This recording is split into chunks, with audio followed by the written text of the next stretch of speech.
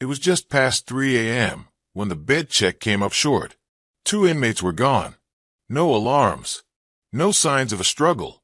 Just 2 empty beds in a lockdown wing of Blue Ridge Correctional Facility, a women's prison tucked deep in rural Georgia. For a moment, staff thought it was a clerical error. Then they saw the security footage, and everything changed. The escape was too smooth, too quiet, too coordinated. At first, investigators believed they were chasing 2 women desperate for freedom. But as the hours passed, another name kept surfacing. Correctional Officer Darius Cole. 8 years on the job. A father. Former military. The type who never raised his voice or broke protocol. The type no one expected to run. So why was his car missing too? And why didn't Inmate Jasmine Lee, the one with the history of manipulation and fake names, suddenly cut off all contact with her family just days before the breakout?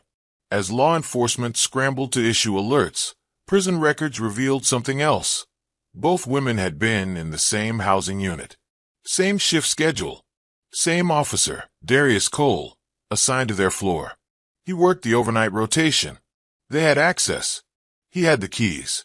What followed was a trail of hidden phones, smuggled contraband, burner accounts, and cryptic letters, all pointing to a twisted triangle that had been building for months, right under the prison's nose. But what investigators didn't expect was that one of the 3 would end up dead, and it wouldn't be the guard. This wasn't just an escape. It was the unraveling of a secret alliance that had grown too bold, too personal, and far too dangerous. And when the body was found, buried in the woods off Route 57, wrapped in a blanket from the prison infirmary, the story stopped being about a breach and started being about betrayal. Because someone wasn't supposed to make it out alive, and someone never planned to come back. This is the story of a correctional officer trusted to uphold the law, 2 inmates who fought for his loyalty, and the deadly choice that turned a love affair into a manhunt. Stay with me. What you're about to hear isn't just a case of poor judgment. It's the breakdown of a system and a cold plan that left one woman behind. Darius Cole was 34. Former military police. Neatly pressed uniform. No late write-ups. No complaints. Just 8 solid years on the job at Blue Ridge Correctional Facility.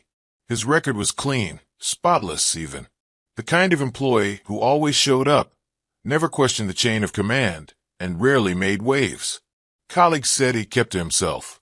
Didn't mingle much in the break room. Didn't go out for beers after a shift. He wasn't cold, just quiet. Polite but private. The kind of man who said yes ma'am to his sergeant and good evening to every inmate. To the staff, he was predictable, steady, forgettable. But some things didn't go unnoticed. He worked a graveyard shift, every chance he got. And he always asked for Unit F. It wasn't a popular unit. Tension ran high there. Lots of behavioral write-ups. But Darius never complained. He said he liked the routine. Said the quiet hours made things easier. What most didn't know was that 2 women in that unit were getting more than routine from him. More attention, more time, more access. Inmates Jasmine Lee and Kiana Monroe. Both young. Both serving time for violent felonies. And both known to use charm as a form of currency. At first, it was nothing unusual. A little extra conversation at med check. A few minutes of unlogged time during cleanup. But when Darius began staying long past shift changes and spending his breaks near the library wing, where Jasmine and Kiana worked, a few officers raised an eyebrow. Still, there were no complaints filed. No reports made. Because Darius didn't cause problems. And when you're short-staffed in a maximum security wing, sometimes quiet is good enough. But Darius wasn't just keeping quiet. He was growing attached. He'd been divorced 3 years. No kids. No close family nearby. Most weekends, he kept to himself in a 1-bedroom apartment on the edge of town. His last relationship ended after a deployment overseas. Since then, nothing stuck. And now, 2 women, locked away behind steel doors, were giving him what no one else did. Attention. Admiration. The illusion of being needed. One of them called him baby during inspections. The other slipped him drawings and folded napkins. He told himself it was harmless. But late one night, Jasmine wrote him a note. "Don't forget us when we get out." She signed it with a lipstick kiss. It wasn't just flattery anymore. It was a promise. And promises, when made in cages, they don't always lead to freedom. The question now wasn't how Darius Cole went from officer to accomplice. The real question was, which of the two women convinced him she'd be the one waiting for him on the outside? And what happened when the other realized she wasn't invited? It began like most prison relationships do. Small favors, shared looks, quiet words during late-night rounds. Kiana Monroe was the first to pull him in. 28 years old, sharp-tongued, quick to smile. She was serving 12 for armed robbery. No violence in her file, but a long pattern of manipulation. Darius saw her as bold, misunderstood. She saw him as an opening. They started with conversation. Talk of regrets. Family. Music. She asked about his daughter. He asked about her appeal. It felt real. And for Darius, maybe it was. Then came Jasmine Lee. Younger. Prettier. Quieter. On the surface, she was more reserved than Kiana, just 24, with a record that looked cleaner. But Jasmine had her own kind of influence. She knew how to watch, how to wait, and when to move in. Darius didn't stand a chance. Soon, he was bringing extra food trays, letting them linger longer in the rec yard. He stopped writing up minor infractions. He started bending rules, slowly, then completely. Kiana asked for a phone. He found a way to bring it in. Jasmine asked for makeup. He tucked it under the false bottom of a supply cart. They rewarded him with secrets, with praise, with everything he thought he'd been missing. Then came the intimacy. First with Kiana. Then, without her knowing, with Jasmine. Each woman believing she was the only one. Each one whispering things into his ear that made him feel chosen. And each one asking for more. Soon, Darius was smuggling in contraband like it was routine. Vape pens, marijuana, phone chargers, even lace lingerie Jasmine asked for just to feel like a woman again. He hid it all inside food delivery boxes and trash bins. Nobody checked. Nobody noticed. But the women noticed each other. Kiana began asking questions. Why did Jasmine always get called to the kitchen shift? Why was Darius always on her tier? She confronted him once. He brushed it off. Said he was keeping things fair. She didn't believe him. What Darius didn't see, or didn't want to admit, was that Jasmine was never playing fair. She kept notes. She kept score. She knew exactly how to position herself between the two of them. And when Kiana pushed too hard, Jasmine pushed back, subtly, but enough to start dividing them. They began communicating through the walls, using toilet taps, a plumbing code known only to inmates. When that wasn't enough, they passed notes folded into library books. Some went through Darius. Some went around him. Jasmine was the one who figured out how to stash a second phone inside the hollow of a Bible cover. She used it to call Darius on his day off. She used it to check if he was with Kiana. By the time the prison staff realized something was off, it was already too late. The relationship triangle wasn't just physical anymore. It was strategic. Each woman wanted control, and Darius thought he had the upper hand. But the truth was, he wasn't leading anything. He was being played by both sides. And the deeper he went, the more dangerous the balance became. Because when three people are lying to each other in a locked facility, someone's going to end up on the outside, and someone else won't live to see it. The plan didn't start as an escape. It started as a threat. Jasmine told Darius one night, "They're transferring me to Florida. I'm not going." She didn't yell. She didn't plead. She just said it, like it was already decided. That was 6 months before the breakout. At first, Kiana was part of it. She thought it was all three of them, her, Jasmine, and Darius, running away together, starting over. She talked about the beaches in California. Jasmine didn't correct her. Darius started bringing in supplies one at a time. A maintenance jumpsuit here. A pair of bolt cutters wrapped in a laundry bag. Then came the cash, $2,400, handed off during kitchen duty in stacks of 20s. They stored it all in the abandoned storage room near Unit F, a place only a few guards had access to. Jasmine had the keys, courtesy of Darius. He didn't ask too many questions. And when he did, Jasmine changed the subject. Kiana had her own role, distracting staff during shift changes, faking sick to draw nurses away from the East Wing.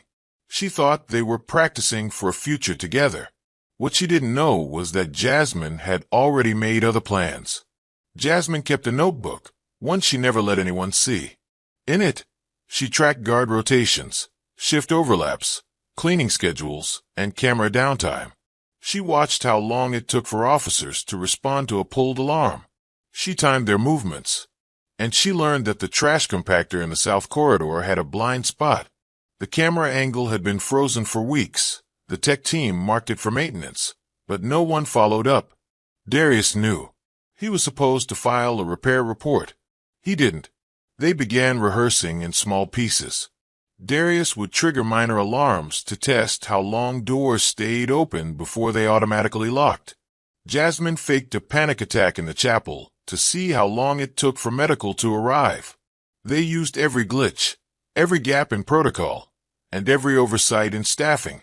Meanwhile, Darius played both sides. With Jasmine, he was all in. With Kiana, he pretended it was still just the two of them. He told her to be patient, told her everything was almost ready. But every time they made a move, Jasmine made sure Kiana was a step behind. She got the newer uniform. She got the phone with GPS access. She got the real exit plan. And then Jasmine changed the timeline. The escape was supposed to happen in April. She moved it to March without telling Kiana. She told Darius, if she finds out, she'll ruin it. He nodded. And from that point on, Kiana wasn't a partner. She was a loose end. She just didn't know it yet. March 18th. Unit F, night shift. At exactly 2:57 a.m., the call went out for a medical emergency. Kiana clutched her stomach, collapsed in the laundry room, and cried out for help. Officer Turner responded first, then the nurse, then two more guards. That left Darius alone near the rear corridor, just as planned. At 3:03, he swiped his access card 3 times in a row. The second door on the east hall didn't relock. That wasn't logged. It was intentional. 10 minutes later, 2 figures stepped through that door dressed as janitors. Masks on, mop buckets rolling in front of them to block their faces from the one remaining camera. Jasmine led. Kiana followed. Darius waited in the back lot, parked in a white maintenance van he'd borrowed under a fake repair order. It wasn't the first time he'd used it, but this time he wasn't bringing it back. At 3:14 a.m., they were gone. The alarm panel at the south gate had been deactivated days before, marked awaiting inspection. Darius had told the technician not to rush, said it wasn't urgent. No one followed up. They turned off the lights, left no fingerprints, no signs of forced entry. To the guards on shift, it was like they vanished into thin air. But it didn't stay clean for long. By 3:38, they were 10 miles out. Jasmine opened one of the bags in the back and pulled out a small pistol, a .38 snub nose, taped beneath a layer of clothes. Kiana wasn't supposed to see it. She did. And then she saw the second bag, labeled in Sharpie, J plus DC. That wasn't part of the plan, at least not the one she knew. She asked who it belonged to. Jasmine didn't answer, so she asked again. Darius told her to calm down. Kiana refused. She reached for the bag. Jasmine grabbed her wrist. And that's when it all cracked open. The screaming started just after 4 a.m., somewhere along Route 7. According to one truck driver who passed them, the van was pulled to the side of the road. He saw movement, hands slamming against a window. He thought it was a domestic dispute. He kept driving. By 4:30, the van was gone.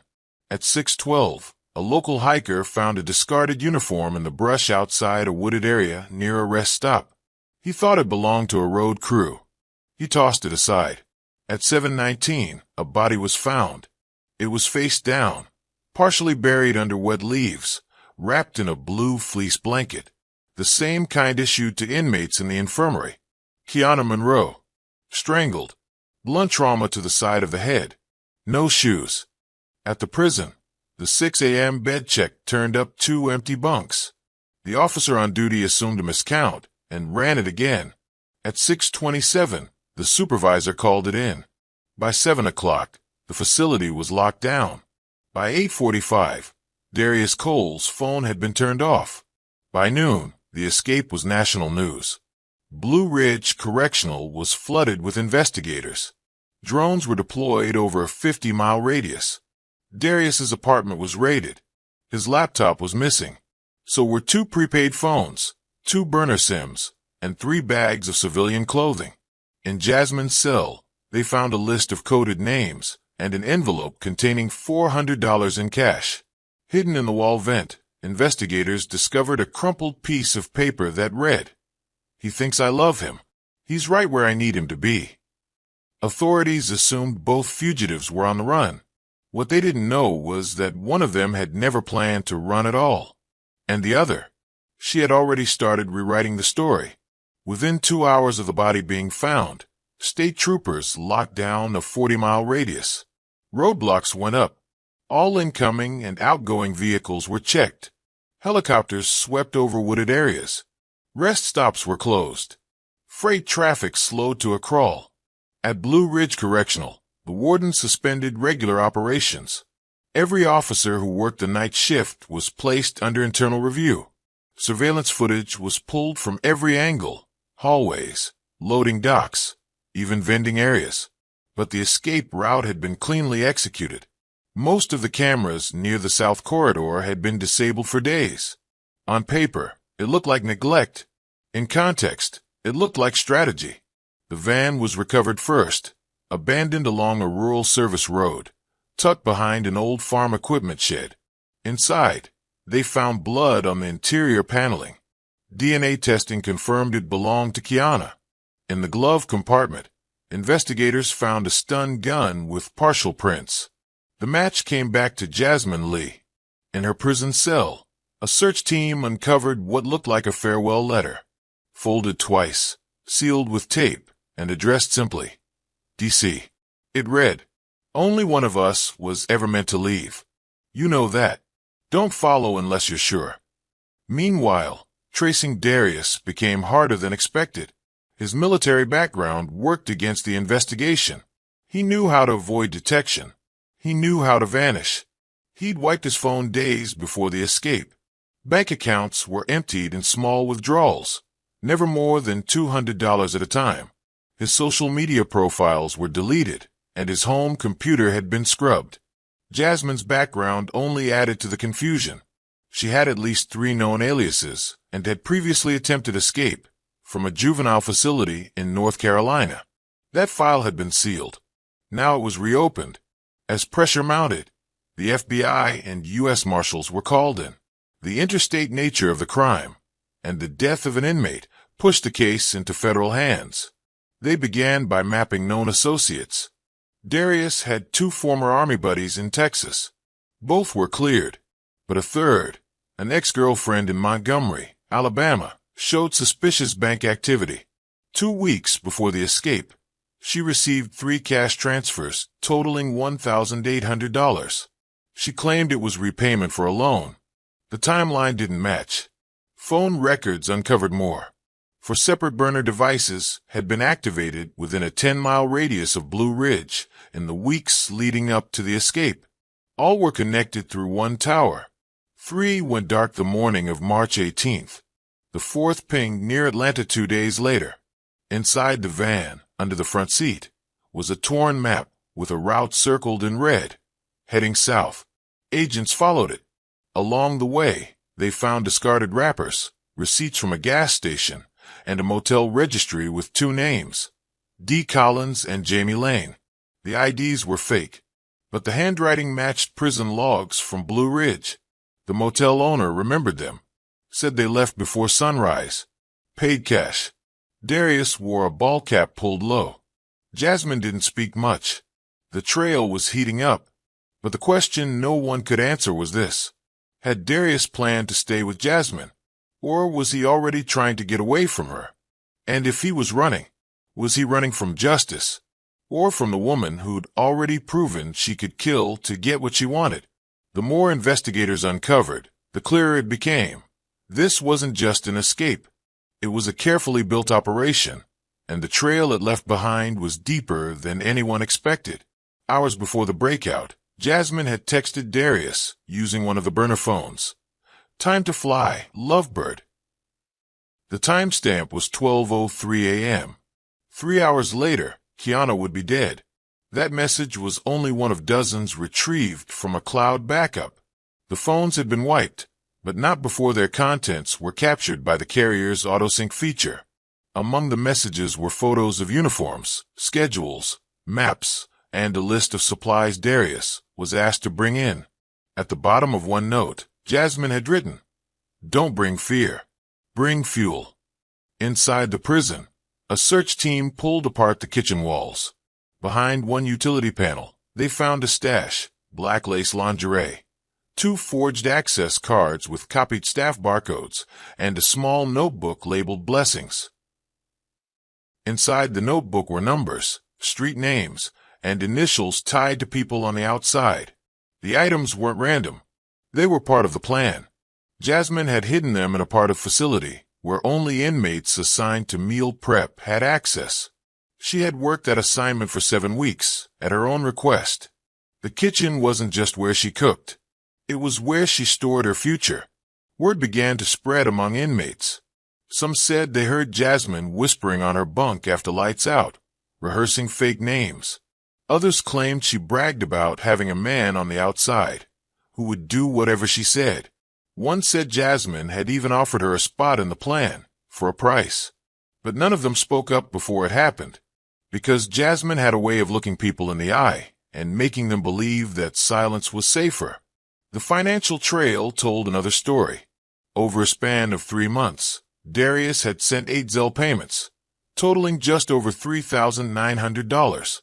But the names weren't familiar. They were aliases, linked to Jasmine's half-sister, her cousin, and another woman believed to be her former cellmate. Each transfer was under $600, just low enough to avoid bank flags. When questioned, the recipients said they thought the money was for Jasmine's commissary or legal help. One admitted she'd used the funds to buy a prepaid phone and deliver it to a mailbox in Augusta. The last transfer happened 5 days before the escape. What wasn't expected were the messages that followed. At first, they read like love notes. "I dream of your hands unlocking more than doors. One day I'll be free. We'll be free." But then the tone shifted. "You don't choose me. I choose what happens. No one else walks out unless I say so." That message came after Darius tried to delay the plan by a week. Jasmine didn't argue. She just responded with a single sentence: "Then I'll walk without you." What Darius didn't realize was that Jasmine wasn't asking anymore. She was directing, and he wasn't the only one under her control. He was simply the one with the keys. The evidence was stacking up, but something was still missing. A clear answer to the most pressing question of all. Was Darius acting under love, or under threat? And when he made that final choice to show up with the van, was he saving her, or trying to save himself? Kiana Monroe was never part of the final plan. To Jasmine, she was a risk, someone too emotional, too reactive, too attached. She had started asking questions, showing doubt, pulling away from Jasmine. And in Jasmine's world, doubt wasn't just a weakness. It was a threat. According to messages recovered later, Jasmine told Darius 2 weeks before the escape, "If she talks, we all fall. One choice, D." Darius claimed he wasn't in the van when it happened. He said Jasmine called him back once it was done. He said she told him, flatly, "It's handled." But his fingerprints were on the blanket, and a set of drag marks led from the van to where the body was found, about 30 yards into the woods. The scene was brutal in its silence. Kiana's body was discovered the next morning by a hiker. She was barefoot, her wrists bruised. wrapped tightly in the same blue fleece blanket issued to inmates recovering in the prison infirmary. The autopsy told the rest of the story. Strangulation, blunt force trauma to the head, and a long strand of hair, Jasmine's, trapped under her fingernails. She had fought back, but not for long. Inside the folds of the blanket, detectives found a prison spoon with sharpened edges and initials carved into the handle. Cam. It had been taken from the commissary over a year earlier. Kiana had kept it hidden behind a wall vent in her cell. She never got the chance to use it. Forensics matched the fibers on the blanket to the van's interior. Dirt from the tire tracks matched the soil found beneath Kiana's body. Nearby, a cigarette, but tested positive for Jasmine's DNA. Investigators retraced the steps using a combination of traffic camera footage, gas station surveillance, and ping data from Darius's prepaid burner. The timeline was built hour by hour, showing the van's movement, where it stopped, and when it disappeared. The moment they left Kiana behind, Jasmine and Darius were no longer just escapees. They were fugitives.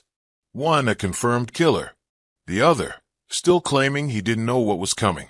But as the search intensified, so did the doubts.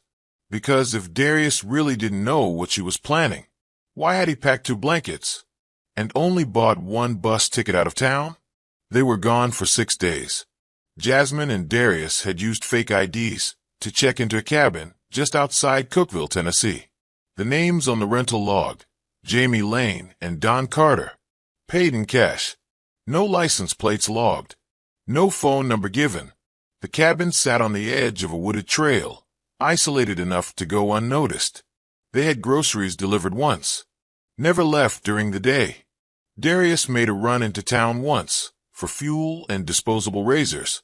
He paid with a prepaid Visa. The clerk remembered him. Said he looked nervous. Kept glancing over his shoulder. That was the break investigators needed.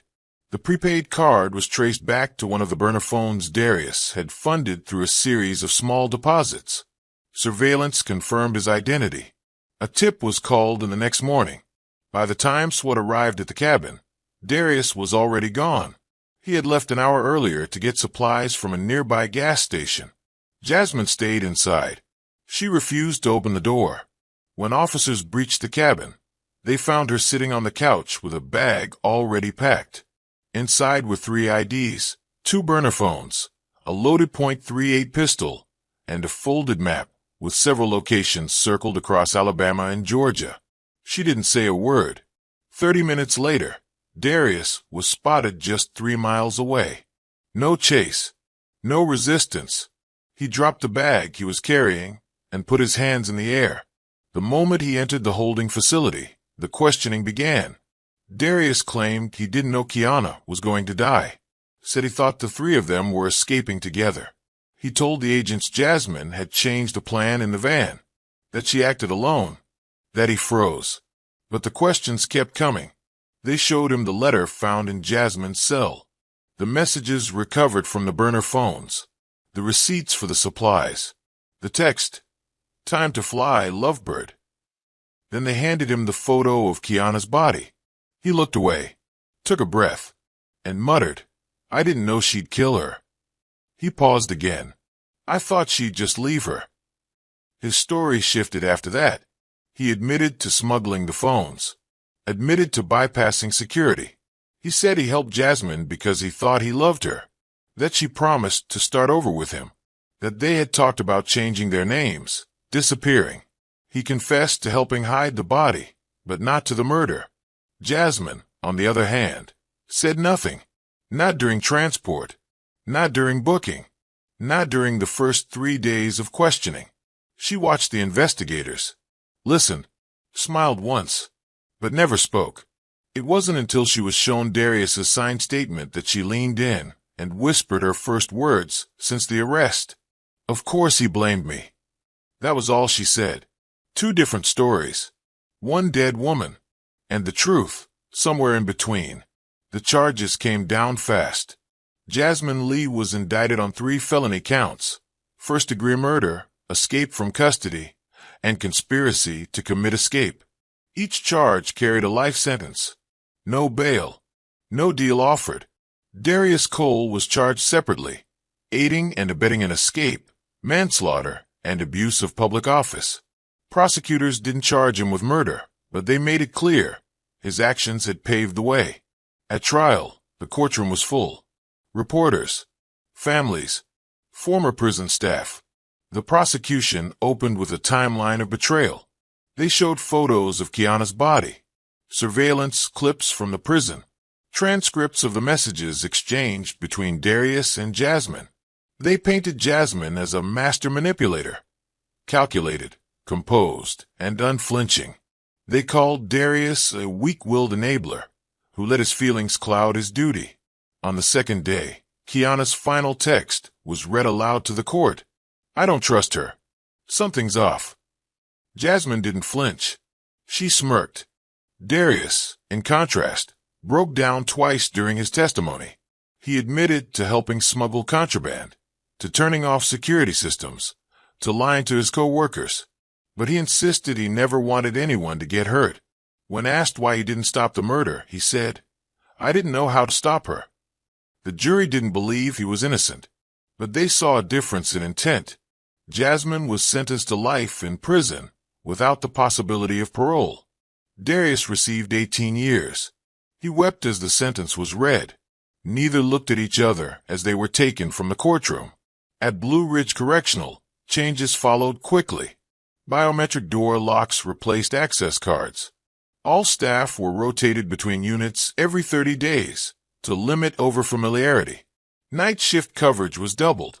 Contraband search procedures were rewritten. Every inmate-staff relationship flagged with even minor irregularities was reevaluated. The Department of Corrections issued a statement. Boundaries were crossed, protocols were ignored, and lives were lost.